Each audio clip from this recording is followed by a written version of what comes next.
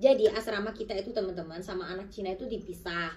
Nah kalau asrama kita itu khusus buat anak foreign, jadi itu bener-bener ketat banget. Kalau mau masuk itu nggak bisa asal masuk teman-teman.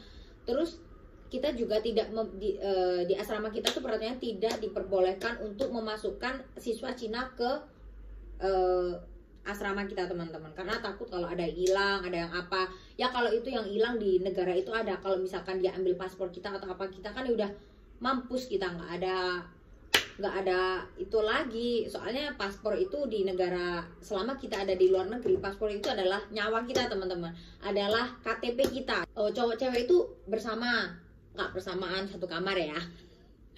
Jadi maksudnya itu satu asrama, satu deret, cuman cowok-cowok, cewek-cewek gitu teman-teman.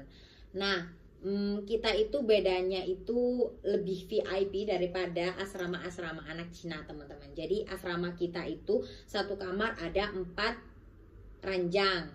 Atas itu bisa buat tidur, di bawah itu bisa buat belajar, ada meja, ada rak-rak kecil buat naruh pensil, make up dan lain-lain. Di sampingnya lagi itu ada lemari, dan mau naik itu ada tangga gitu teman-teman. Nanti aku tunjukkan gambarnya di sini ya teman-teman. Lalu satu kamar itu ada kamar mandi pribadi dan ada toilet pribadi teman-teman. Jadi toiletnya kecil, terus ada pintu gitu. Terus ada juga kita itu buat wastafel besar buat cuci piring, buat cuci muka, ada lokernya buat nyimpan piring. Terus ada juga kamar mandi teman-teman. Kamar mandi khusus kita itu kamar mandi kayak kaca gitu. Jadi nerawang ya teman-teman. Jadi kita punya inisiatif sendiri, beli di internet kayak semacam stiker gitu buat nempel di luarnya biar kita mandi nggak kelihatan kan. Terus abis itu tuh ya itu sih fasilitasnya satu kamar. Terus abis itu tuh di dalam asrama kita itu ada khusus buat mencuci baju teman-teman. Jadi mencuci baju itu kita bisa ngurus kayak kartu semacam buat khusus nyuci baju. Nanti kalau udah habis diisi gitu teman-teman. Nah buat cuci baju itu semuanya kita sendiri teman-teman ya. Terus listrik juga kita sendiri. Terus uang makan setiap hari, setiap bulan itu juga kita sendiri teman-teman. Jadi living cost itu kita dari papa mama kita teman-teman.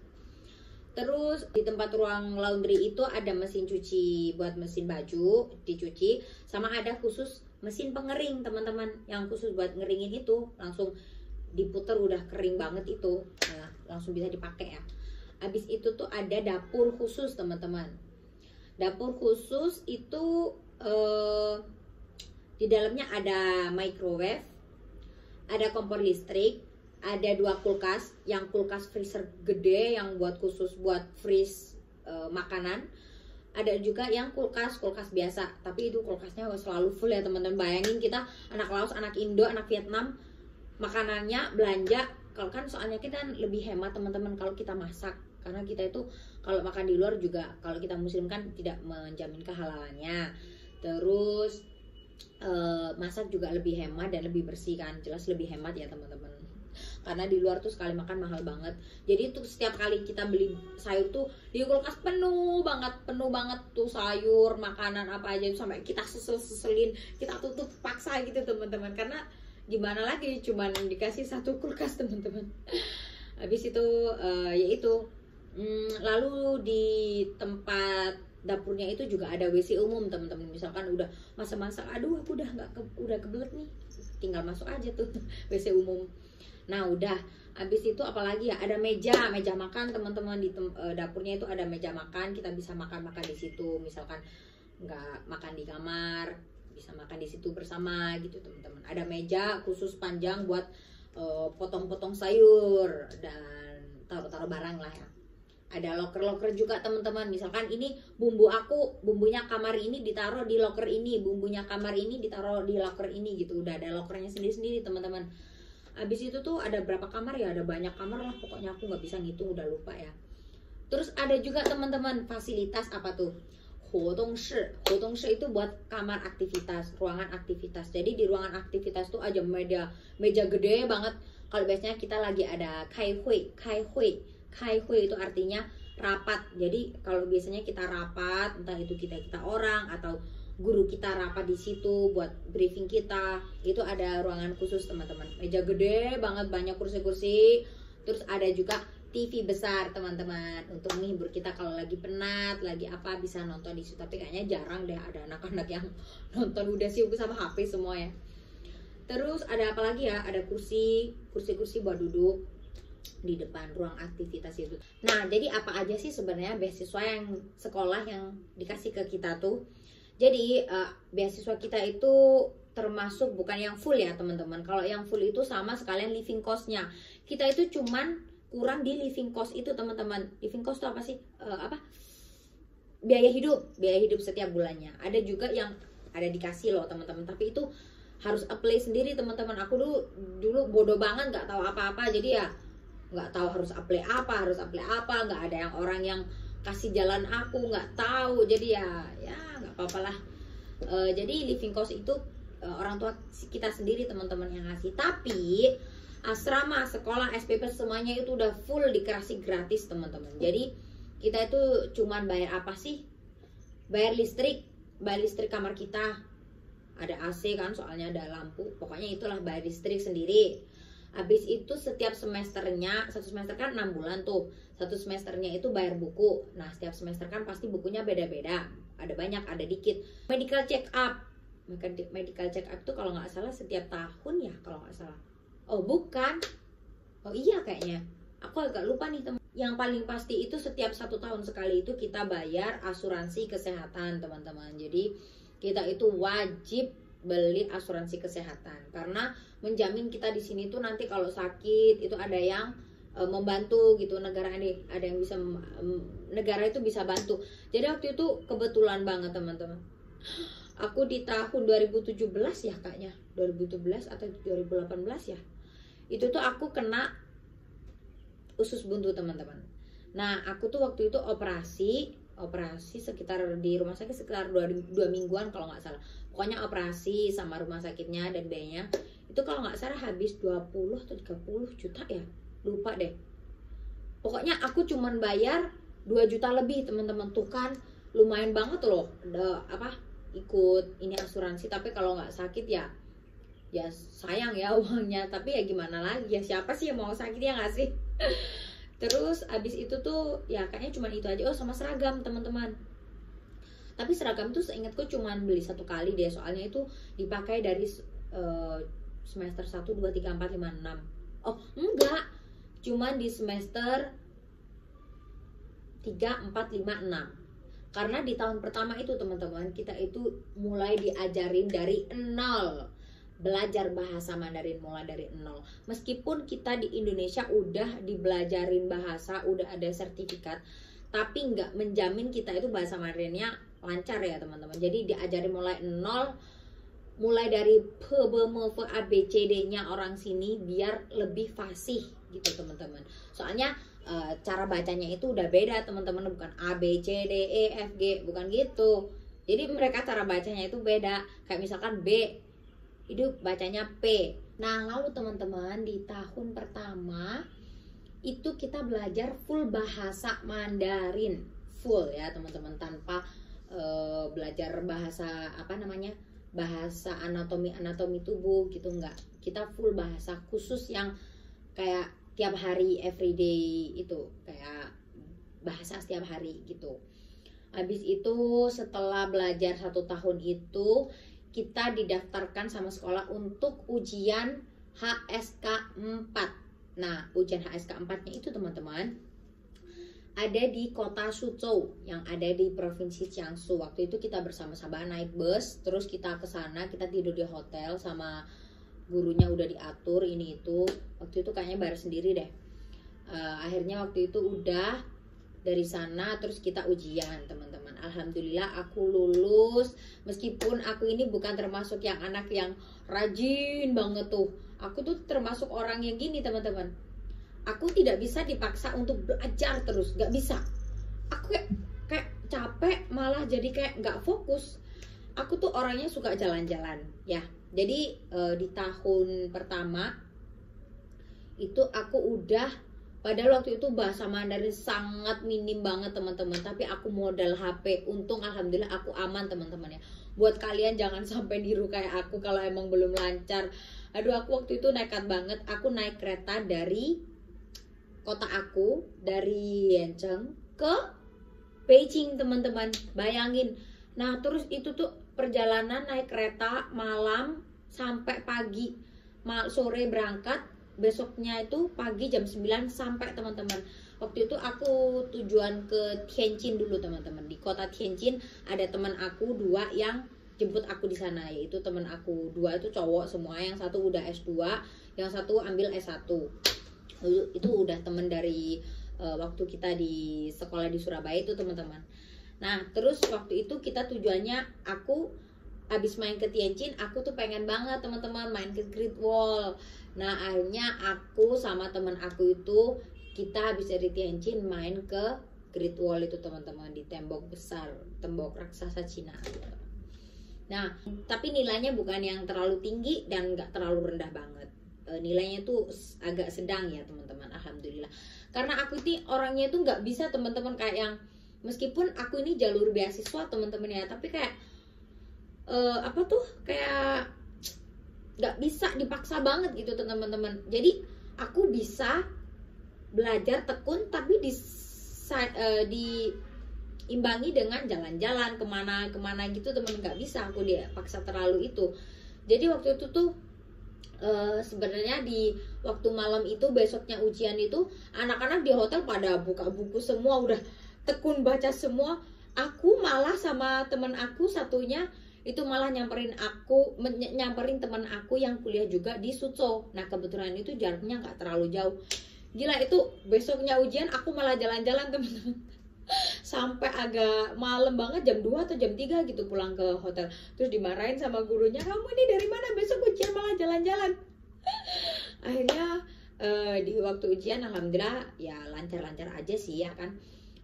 Terus waktu itu udah nilai keluar dan udah seneng ya, udah lulus. Terus di tahun kedua dan ketiga itu tuh kita mulai belajar ilmu keperawatan, teman-teman. Jadi di tahun kedua di semester 3, 4, 5, 6 itu belajar ngebut, teman-teman. Soalnya kan di tahun pertama kita udah belajar bahasa tuh. Jadi di tahun kedua itu kita dikebut, teman-teman, banyak banget kosakata. Misalkan kalau aku keperawatan ya, dari anatomi fisiologi, kosakata dari pelajaran ini, dan itu nggak cuman kosakata lagi, teman-teman, tapi udah langsung belajar ilmu-ilmunya. Misalkan nih ya, orang diabetes itu tanda tanya apa aja, terus pakai obat apa aja, terus penanganannya seperti apa, terus obatnya itu seperti apa, kalau misalkan komplikasi itu namanya jadi penyakit apa gitu. Pokoknya udah mulai rumit banget gitu, teman-teman. Jadi ya lumayan menguras otak, teman-teman, bener banget. Apalagi kalau waktu mau ujian, kita tuh sering banget, teman-teman, disuruh ujian ini, habis seminggu ini ujian, belajar ini juga ujian, besok ini ujian. Kadang itu, teman-teman, sehari bisa ujian 3-4 mata pelajaran. Dan itu tuh sering banget, tapi gimana lagi, namanya udah ngebut ya, teman-teman. Soalnya di tahun pertama kita udah dihabiskan dengan belajar dari nol bahasa Mandarin. Tapi dari belajar bahasa Mandarin dari nol lagi itu di Cina tuh bener-bener ngefek banget, teman-teman, daripada aku waktu di Indonesia. Sebenarnya di Indonesia sama aja, gurunya sabar-sabar, bagus semua. Cuman memang lingkungannya itu, teman-teman, masih lingkungan Indonesia. Beli mie instan masih pakai bahasa Indo, bukan kayak woyo mai fang bian mian, bukan kayak gitu ngomongnya. Jadi kan improve-nya itu kurang, teman-teman. Jadi bahasa nyantolnya juga kurang. Nah, kalau aku tuh, teman-teman, sistem belajarnya itu sambil menyelam minum air ya gitu kan. Jadi aku tuh sambil belajar di sekolah, aku juga belajar dari teman. Aku tuh suka banget, teman-teman, punya teman baru. Aku suka banget, entah itu dari Cina, Rusia, Mongolia, Kazakhstan, mana aja tuh, orang kulit putih, kulit hitam, pokoknya aku temenin semua deh. Tapi yang paling aku banyak temenin itu adalah teman Cina, karena kita juga bisa ambil profit dari situ, belajar bahasa Mandarin, teman-teman. Jadi mulai dari kosakata baru, dari pelafalannya. Soalnya bahasa Mandarin itu, teman-teman, nggak segampang yang kalian kira. ya mungkin ada orang yang merasa bahasa Mandarin itu gampang, tapi menurut aku ya bahasa Mandarin itu termasuk lumayan sulit dari bahasa Inggris atau bahasa Arab teman-teman. Jadi bahasa Mandarin itu ya dari Hanzi itu apa sih? Yang kayak tulisan kayak kotak-kotak tuh loh teman-teman, tulisan Cina itu loh.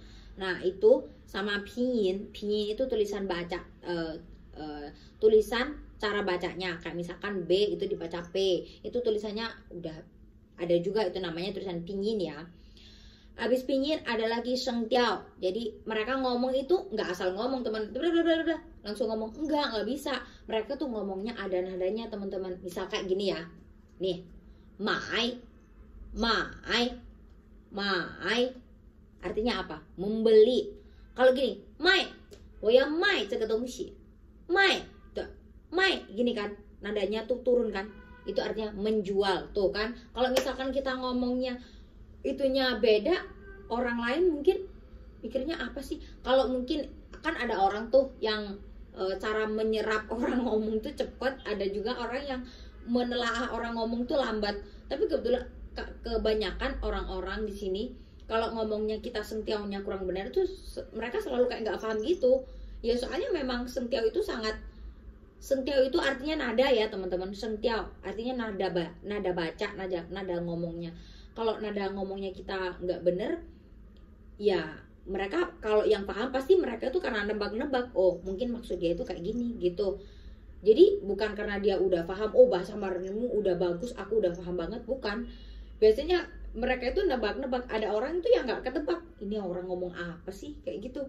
Jadi nada itu menurut aku ya teman-teman, karena setiap orang itu merasa kesulitan di mana itu beda ya. Kalau aku tuh belajar bahasa Mandarin, di kesulitan itu di nada. Karena orang Indonesia itu nggak ada nada. Lu mau marah langsung aja ngomong apa? Ngomong nada gede langsung bentak. Nah orang kan tahu lu lagi marah gitu kan. Kalau nada tanya itu kan kayak lebih belok gini kan, misalnya makan apa sih? Nah, kayak gitu kan. Apa sih? Gitu kan. Maksudnya itu kayak ada nada beloknya gitu kan. Nah kalau bahasa Mandarin tuh beda lagi teman-teman. Jadi buat teman-teman yang mau belajar bahasa Mandarin, aku harap kalian benar-benar apa ya, belajar yang sangat apa ya, yang tekun. Tapi di samping ketekunan kalian itu, jangan cuma belajar di sekolah atau di kursus kalian aja. Kalian mungkin bisa belajar, kalau di Indonesia mungkin cari-cari teman orang-orang luar negeri yang bisa bahasa Cina, atau mungkin lihat drama-drama Cina gitu juga bisa membantu teman-teman. Nah aku tuh jadi belajarnya itu nggak cuma dari sekolah tapi dari teman. Nah dari teman itu belajarnya menurut aku lebih bagus di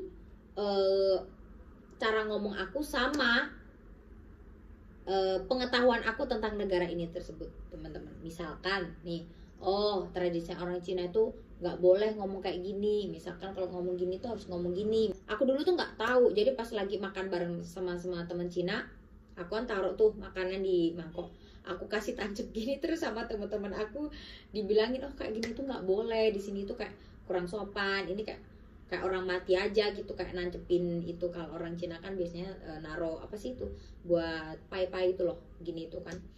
Jadi itu kayak seolah-olah kayak gitu. Jadi belajar banyak juga sih dari teman-teman Cina gitu. Jadi belajar itu teman-teman, jangan cuman mengandalkan sekolah atau itu. Kalau misalkan kamu udah ada di negara tersebut, itulah kesempatan kamu belajar sebanyak-banyaknya. Kalau kamu cuman ada di asrama aja terus kumpulnya sama teman-teman senegara, ya kamu cuman itu aja. Mana tahu dunia luar, oh ini ada ini. Jarang keluar, cuman jalan-jalan aja ini. Tapi nggak berteman sama orang Cina. Menurut aku itu sangat sayang sekali teman-teman, karena dari mereka itulah kita belajar banyak banget.